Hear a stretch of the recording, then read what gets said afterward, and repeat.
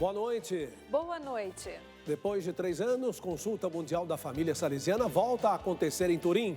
Em pauta, a espiritualidade e a pedagogia de São Francisco de Sales. Em entrevista exclusiva, pesquisador italiano afirma que fé o leva à convicção de que o homem do Santo Sudário é o Cristo da Bíblia.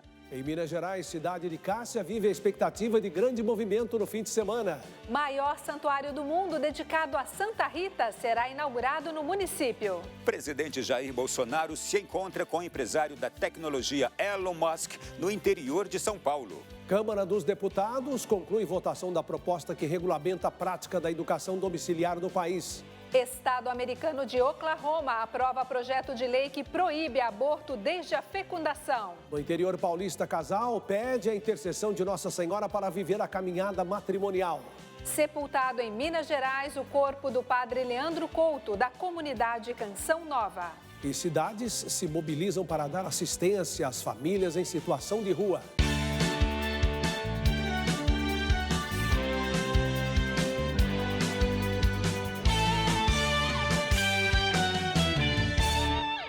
A espiritualidade e a pedagogia de São Francisco de Sales é o tema central da Consulta Mundial da Família Salesiana, que depois de 3 anos voltou a acontecer em Turim.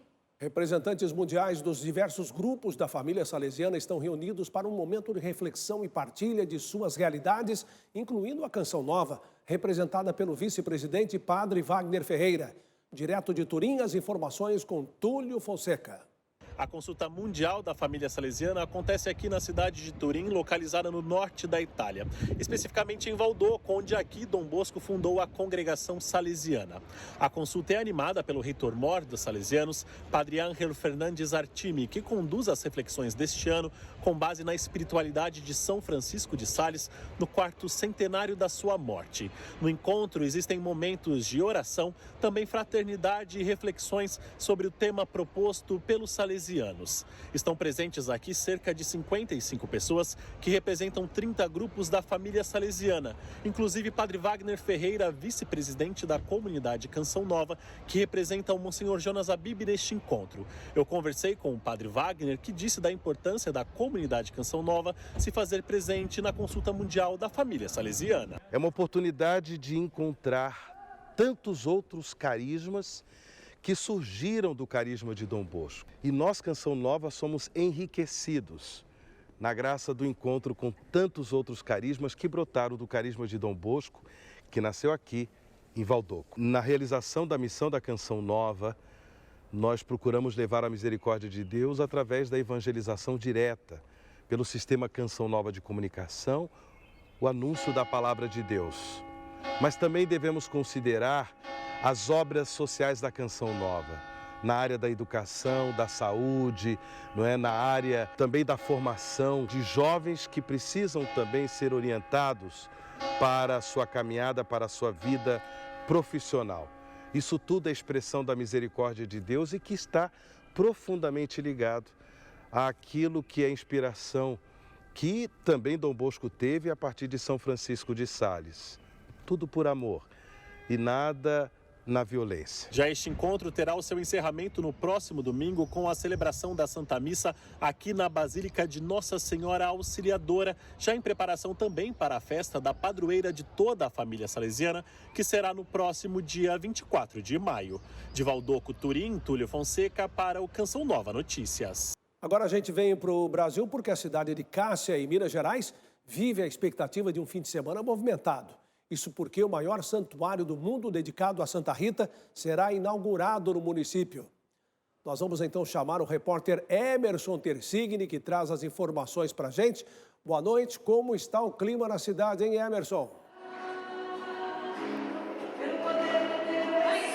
Boa noite, Reinaldo. Boa noite a todos os que nos acompanham no Canção Nova Notícias nesta noite de sexta-feira.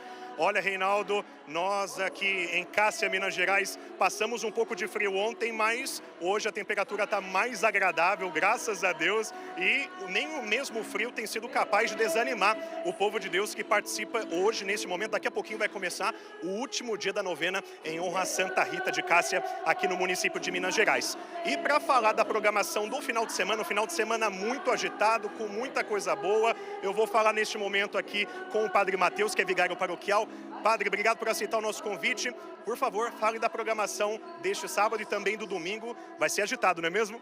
Exatamente. Estamos aí com o sábado e domingo, que será bem agitado. No sábado teremos às 9 horas da manhã a missa de dedicação do nosso santuário, presidida pelo nosso bispo diocesano, Dom José Lanza Neto. Depois, às 3 horas da tarde, teremos então um momento de adoração e bênção ao Santíssimo. E às 19 horas da noite também do sábado, teremos aí a missa dos nossos voluntários do nosso santuário. Logo em seguida, às 21 horas no sábado, show católico com Adriana Arides. E não para por aí. E no dia da nossa padroeira, Santa Rita de Cássia, às 5 horas da manhã, aqui neste santuário, Santuário Matriz, teremos a missa dos peregrinos, daqueles que estão vindo de longe de várias formas. Teremos também às 9 horas da manhã, a tradicional Missa das Rosas, também presidida pelo nosso bispo diocesano, Dom José Lanza Neto. Às 11 horas da manhã, teremos a cerimônia de doação do novo santuário para a nossa diocese. Às 3 horas da tarde, teremos a Santa Missa. Às 19 horas também teremos a Santa Missa, aqui neste santuário. E às 18 horas, a procissão luminosa. E nesta procissão luminosa, chegaremos ao santuário, onde então às 19 horas concluiremos as festividades do dia da nossa padroeira, Santa Rita de Cássia. Obrigado, Padre, pela sua presença. Certamente um fim de semana que vai ficar inesquecível no coração do morador cassiense. Programação completa disponível nas redes sociais do Santuário de Santa Rita de Cássia, aqui em Cássia, em Minas Gerais. Que Santa Rita nos abençoe. Eu volto com vocês aí no estúdio.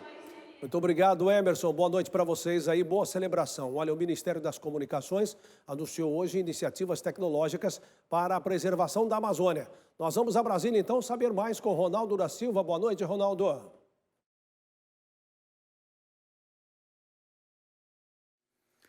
Sim, muito boa noite a você e boa noite a todos. Foi exatamente isto. O evento de apresentação que aconteceu em Porto Feliz, no interior de São Paulo, contou com a presença do homem mais rico do mundo, o bilionário sul-africano Elon Musk.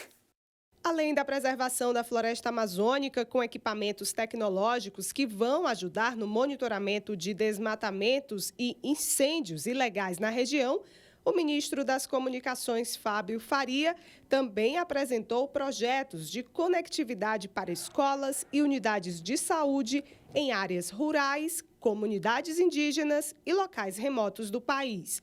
O empresário Elon Musk participou do evento e apresentou planos que podem contribuir com investimentos econômicos para o país, como a implantação da empresa Starlink, rede de satélites da empresa SpaceX, da qual ele é dono e oferece internet de alta velocidade e acesso em locais remotos. Ele é uma pessoa bastante objetiva e quer concretizar os seus sonhos de forma mais rápida possível. Por parte do governo, toda a boa vontade, inclusive com desburocratização, desregulamentações e oferecimento disso para ele. Interessa e muito a nós essa parceria. Jamais o Elon Musk viria para o Brasil se ele não tivesse o objetivo concreto de fazer aquilo que ele prometeu, conectar escolas e proteção do meio ambiente. Além do presidente Bolsonaro, cerca de 100 convidados, dentre eles alguns ministros do governo, o ministro do STF, Dias Toffoli, empresários e alunos do ITA, participaram do evento. Jair Bolsonaro ressaltou que o governo brasileiro conta com um investimento para que a Amazônia seja cada vez mais conhecida.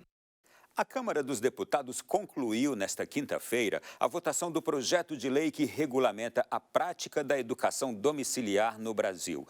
O texto principal da proposta já havia sido aprovado na quarta-feira por 264 votos a favor e 144 contrários. Mas faltava ainda os deputados analisarem as propostas que modificam a redação do projeto e que foram negadas. Com a conclusão, a proposta agora segue para aprovação no Senado.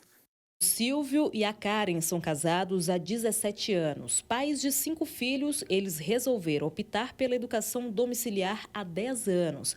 Inicialmente foi porque a nossa filha é disléxica. Então, naquele momento, nós que nós descobrimos essa dificuldade, nós percebemos que a escola não conseguia alcançar as necessidades da nossa filha. O homeschooling iniciou no Brasil em 1990. A modalidade é praticada por pais ou associação de pais. Nós temos uma rotina bem estabelecida, então para os menores bastante pautado em língua portuguesa, matemática, ciências naturais, bastante atividade ao ar livre, esportes. O texto determina que para usufruir da prática, o estudante deverá estar regularmente matriculado em uma instituição educacional e o Conselho Tutelar, nos termos da legislação, deverá também fiscalizar a educação domiciliar. Além disso, o estudante matriculado na modalidade será submetido a provas anuais e os pais deverão comprovar escolaridade de nível superior ou educação profissional tecnológica para ter o direito de ensinar os filhos.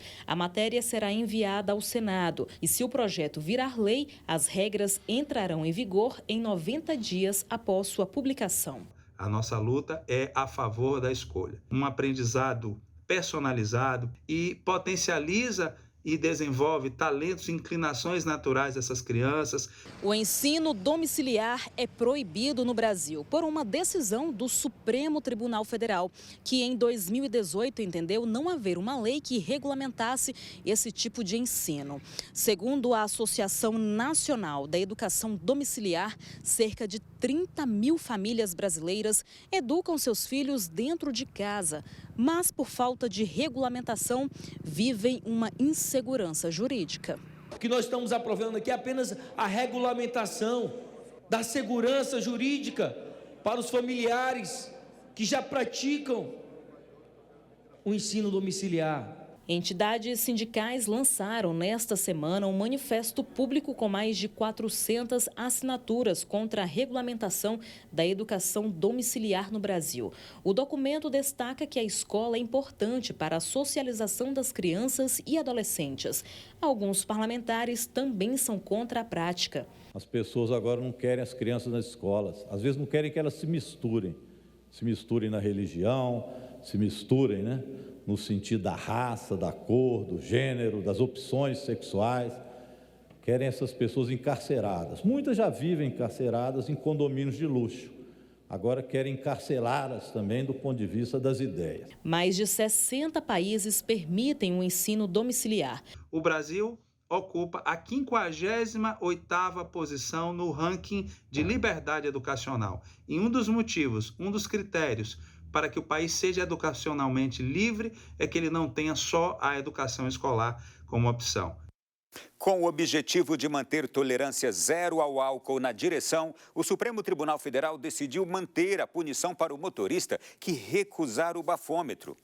Além de multa, ele fica suspenso de dirigir por 1 ano, além do recolhimento da habilitação e do veículo. A decisão deverá ser seguida por todos os tribunais do Brasil. Durante a sessão, os ministros também julgaram a proibição de venda de bebidas alcoólicas nas estradas federais e a criação de um limite de álcool para os motoristas. As duas ações foram rejeitadas. Nós ficamos por aqui e estaremos de volta na segunda-feira com mais notícias direto de Brasília. Desejo a todos um bom final de semana. Leis que favorecem a vida ganham força nos Estados Unidos. No estado de Oklahoma, a Câmara acaba de aprovar uma lei que proíbe quase que totalmente a prática do aborto. A votação final do projeto de lei que proíbe quase todos os tipos de abortos aconteceu na noite desta quinta-feira. A sessão foi marcada por discursos inflamados. A cultura de morte foi defendida pelos democratas. You can't force someone to be a Christian. Você não pode forçar alguém a ser cristão. Ele tem que aceitar. As pessoas estão usando o aborto como controle de natalidade. Vamos tornar o controle de natalidade disponível para todos. Os republicanos foram incisivos, pedindo que a legislação seja totalmente favorável à vida. Is the protection of innocent life. O cerne de toda essa discussão é a proteção da vida inocente.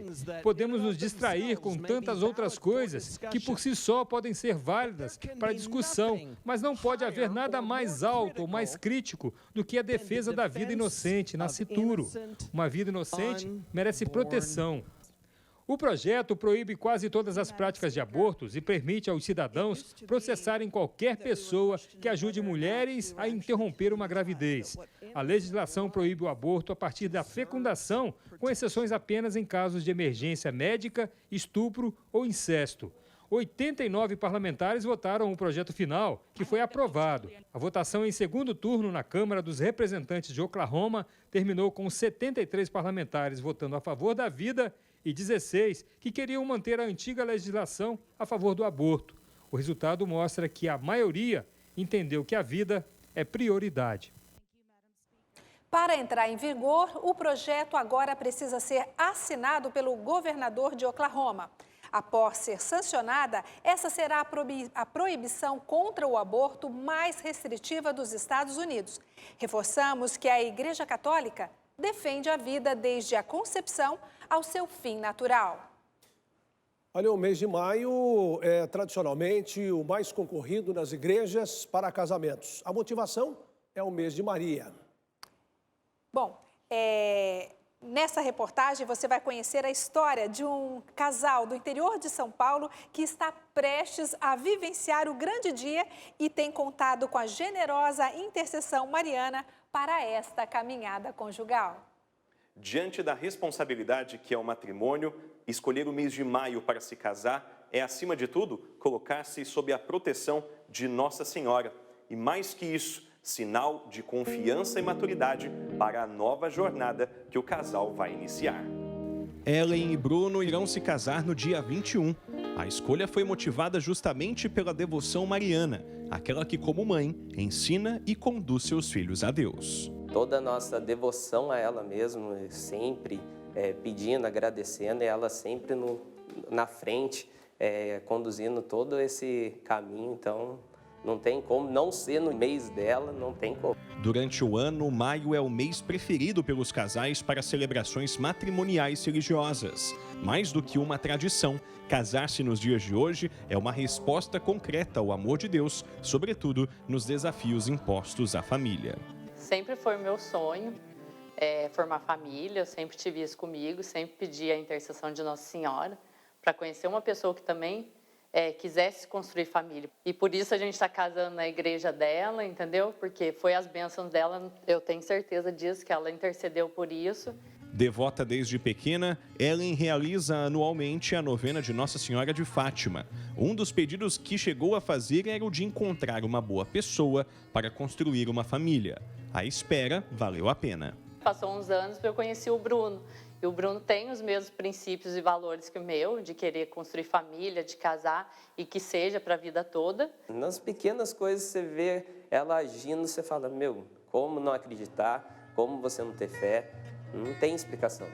Quem busca se casar em maio deseja ter uma íntima experiência com Jesus Cristo pela intercessão da Virgem Maria. No fundo, é esse carinho grande por ela, pedir que sem ela fica difícil. A mãe é aquela que sempre conduz, aquela que ajuda, aquela que olha os detalhes, né? Então, eu penso que é mais por aí. Vale muito a pena. Vale a pena construir família. Felicidades ao casal. Olha, na série sobre as igrejas históricas de Sergipe, vamos hoje para a cidade de Nossa Senhora do Socorro, que fica na região metropolitana de Aracaju. O templo secular foi o ponto de partida para a criação da cidade, que só aconteceu 150 anos depois da construção da igreja. A cidade de Nossa Senhora do Socorro tem 185 mil habitantes, foi fundada há 138 anos. Mas a igreja matriz da cidade é bem mais antiga, já completou 308 anos, seguramente uma das mais antigas de Sergipe. Mas por que a igreja é bem mais antiga que a cidade? Segundo os moradores, tudo começou quando esta imagem de Nossa Senhora do Socorro foi encontrada no rio, no início do século XVIII. Foram pescadores que encontraram a imagem original de Nossa Senhora do Socorro neste rio. É o Rio do Sal. A imagem, segundo conta os mais antigos de Nossa Senhora do Socorro, estava num banco de areia, muita gente conhece como croa. E daqui os pescadores levaram a imagem até onde hoje está a Igreja de Nossa Senhora do Socorro. A zeladora da igreja já ouviu da avó essa história da santa retirada do rio. Até o lugar que ela apareceu, não nascia capim, era meio avermelhado como barro. Assim dizia minha avó, né? Que foram, rezaram, depois trouxeram, fizeram uma capela aqui pequena, trouxeram ela para aqui antes de construir essa. A imagem original continua aqui, num altar lateral. Depois decidiram construir uma imagem maior, em madeira. Esta está no altar principal e, como é muito pesada, nunca é retirada daqui, nem mesmo nas procissões. Pois ela vem nos proteger e nos livrar. É o auxílio, é o socorro nas nossas dificuldades da vida. O templo dedicado a Nossa Senhora do Socorro foi construído pelos jesuítas há mais de 300 anos, um monumento histórico nacional da época do Brasil Colônia, tombado pelo IPHAN em 1943. O local já passou por várias restaurações e o objetivo sempre foi o mesmo: manter os traços originais de como os padres jesuítas construíram. O piso é o mesmo até hoje. E o altar, rico em detalhes dourados, com a imagem da padroeira ao centro. Outro detalhe são os altares laterais, todos grandiosos, feitos em madeira escura, dedicados a São Miguel Arcanjo, Nossa Senhora das Dores, Senhora Santana e Santo Antônio. Imagens muito antigas do período barroco. Então, quando vier a Sergipe, não deixe de visitar a Igreja Matriz de Nossa Senhora do Socorro. Já está em vigor a nova resolução do Conselho Federal de Medicina que define e regulamenta a telemedicina no Brasil.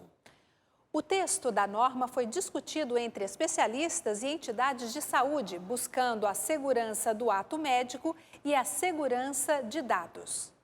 À distância e através da tela de computadores. É assim que médicos de várias especialidades examinam seus pacientes. Se você teve algum tipo de sinal mais de alerta, o paciente traz para a gente as queixas, a gente consegue, de uma maneira muito rápida, trabalhá-las, resolvê-las. Nessa cooperativa médica em Belo Horizonte, nos 2 últimos anos, foram feitas mais de 700 mil consultas online. A nossa expectativa é que a sociedade, diante dessa comodidade que foi realizar uma consulta ou no seu local de trabalho ou em sua residência, sem ter que se deslocar, cresça. A telemedicina passou a ser usada no país durante a pandemia da Covid de forma emergencial.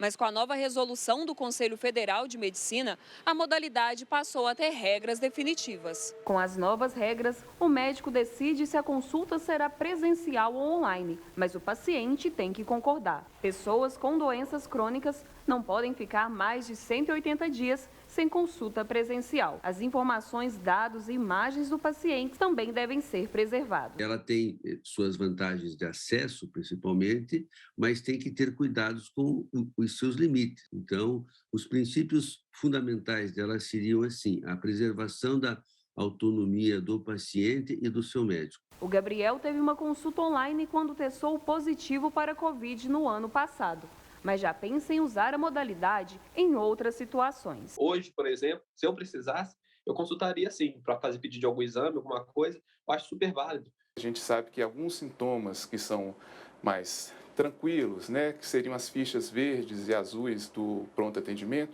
podem fazer uma teleconsulta de PA online. Acolhimento e solidariedade aos mais necessitados nesse período de frio é um dever de todos nós. Diversas cidades se mobilizam para prestar apoio e serviços de assistência às famílias em situação de rua. Em Santa Catarina, que enfrenta a massa de ar polar que chegou ao Brasil na semana passada, a Secretaria de Assistência Social de São Joaquim monitora as ruas para acolher e prestar ajuda. Estamos atendendo também com cestas básicas, cobertores, colchão. Fizemos vários atendimentos a domicílio e muitos aqui na Secretaria também. E esse atendimento do albergue temporário, com a busca ativa, as rondas noturnas que é feita todas as noites.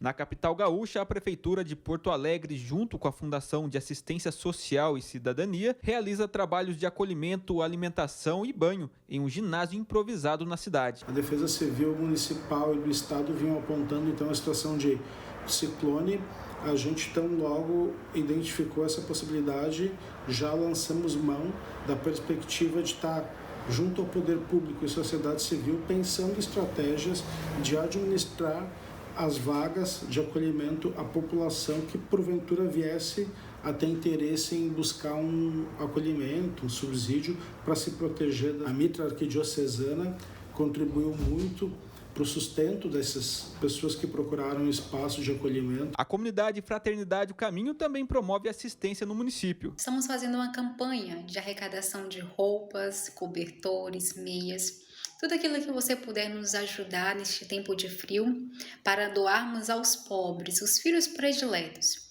Aqueles que se encontram nas ruas, desabrigados, aqueles que estão no seu trabalho no dia a dia. Já no sul do país, a Arquidiocese de Belo Horizonte, em Minas Gerais, deu início à campanha do agasalho para ajudar os irmãos de rua. Faça a diferença. Ajude aqueles que sofrem neste período de baixas temperaturas. Entre em contato com a paróquia ou Secretaria de Assistência Social de sua cidade. Não custa lembrar um ensinamento de Santo Agostinho. Não existe verdadeira amizade senão entre aqueles que Deus une pela caridade.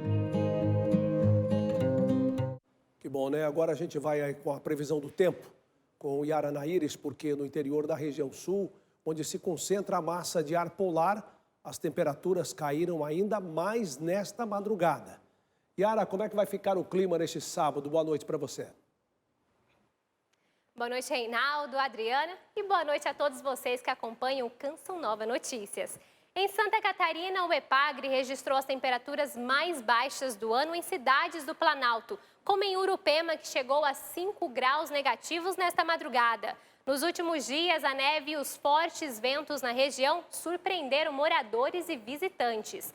Mesmo o fim de semana com previsão para tempo firme e ensolarado, as temperaturas seguem baixas e nas áreas do Planalto, da Serra, com condições para geada ao amanhecer, principalmente sobre o sul do Paraná, leste e centro de Santa Catarina e norte gaúcho. As mínimas podem chegar aos 5 graus por toda esta região do Rio Grande do Sul, 4 graus no leste e interior de Santa Catarina e 1 grau no interior do Paraná.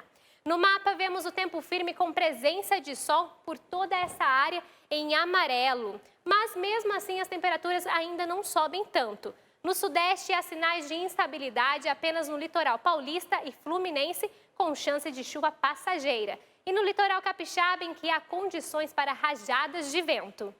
No centro-oeste, o sol atua nos 3 estados, mas as temperaturas seguem baixas em Goiânia, com 8 graus, assim como Brasília, e 9 graus em Campo Grande.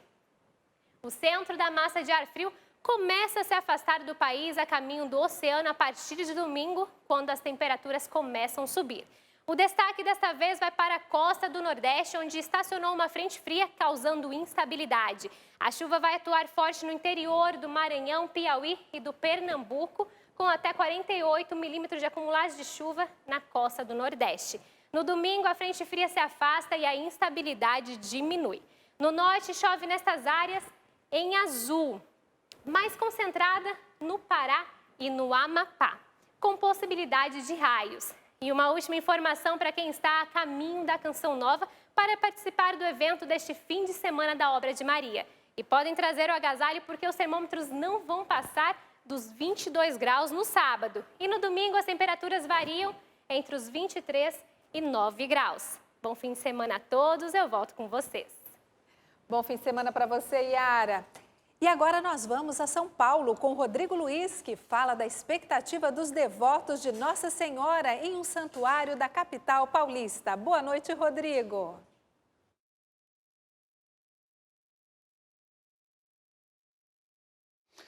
Olá, Adriana, uma ótima noite de sexta-feira para você e para todos que nos acompanham. Uma novena muito especial que começa hoje aqui em São Paulo. O Santuário de Nossa Senhora do Sagrado Coração, na zona leste da cidade, atrai milhares de devotos. Nossa equipe foi conferir a história desse santuário e a expectativa para a festa. Em janeiro de 1939, pelas bênçãos do padre Jerônimo Vermin, a primeira capela dedicada a Nossa Senhora do Sagrado Coração foi erguida na Vila Formosa, em São Paulo. Mais tarde, em 1945, o santuário começa a ser erguido, até chegar à grande estrutura que tem hoje. Padre Francisco Jansen, Padre Pedro Paulo Coupe e outros missionários do Sagrado Coração se dedicaram muito à construção dessa igreja. Ela deveria ser um monumento à devoção à Nossa Senhora do Sagrado Coração no Brasil, à semelhança do Santuário de Nossa Senhora do Sagrado Coração que nós temos em Issoudun, na França. E a festa foi crescendo, foi se expandindo. Um dos destaques aqui do Santuário de Nossa Senhora do Sagrado Coração são os sinos. Este é o primeiro carrilhão vindo para a América Latina em 1951. E todos os anos, na festa de Nossa Senhora, os 47 sinos funcionam. O carrilhão da famosa Torre que Canta é tocado atualmente pela Daisy. Todos os anos, durante a festa, ela veste suas luvas, sobe as escadas que levam à torre e toca os tradicionais cânticos de Nossa Senhora.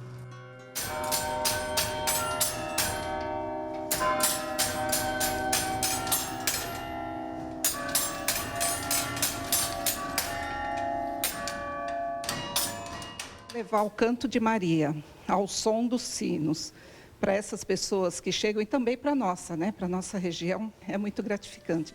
E a festa do santuário já é tradicional. Depois de 2 anos de restrições, a edição de número 83, que acontece no dia 29 de maio, espera devotos de todo o Brasil, que devem ocupar as ruas da Vila Formosa, bairro que cresceu junto com a igreja.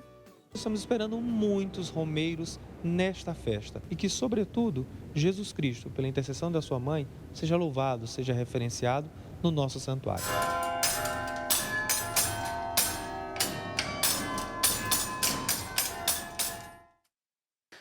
E a gente volta daqui a pouco com uma história sobre o Santo Sudário que fortalece ainda mais a nossa fé.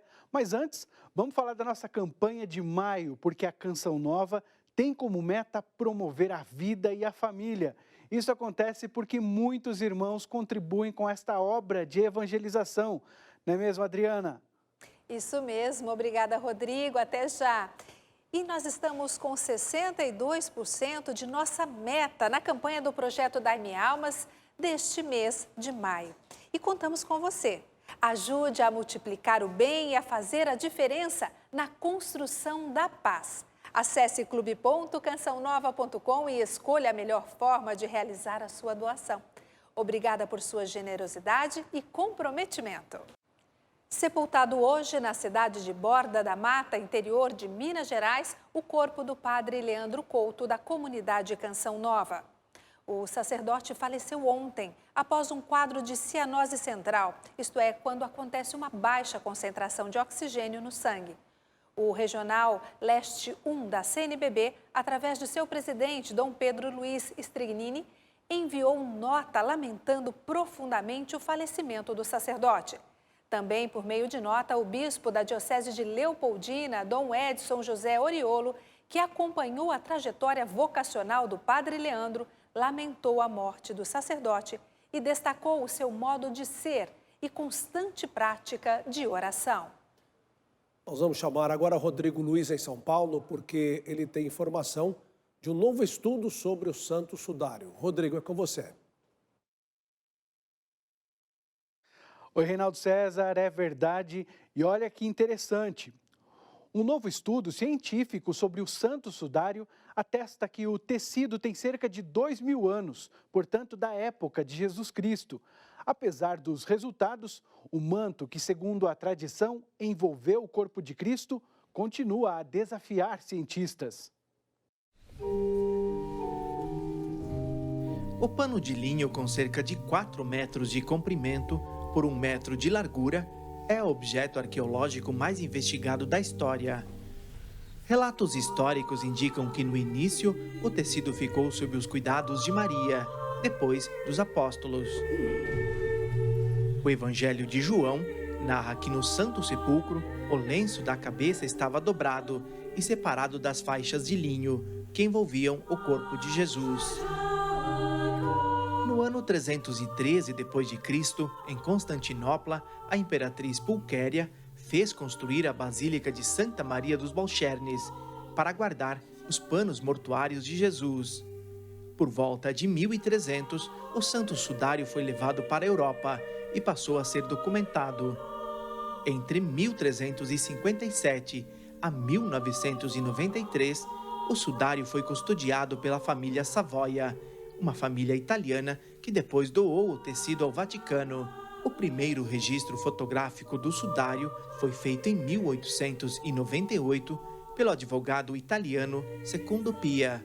As fotos revelaram a figura de um homem de cabelos compridos, barba, que foi torturado e açoitado. A partir daí, cientistas e religiosos passaram a investigar o tecido. O mais recente estudo foi conduzido por 5 pesquisadores do Instituto de Cristalografia e da Universidade de Pádua, na Itália.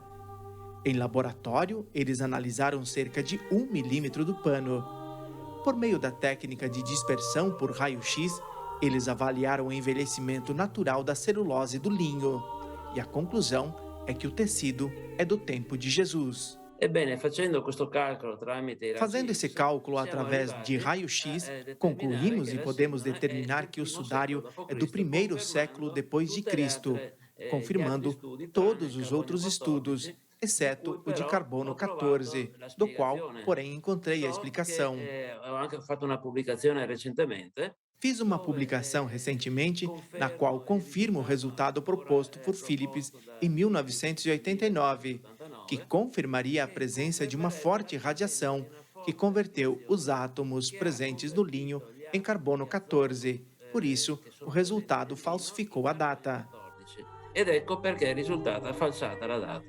O carbono 14 é absorvido por animais e vegetais e é usado por cientistas para determinar a idade de fósseis.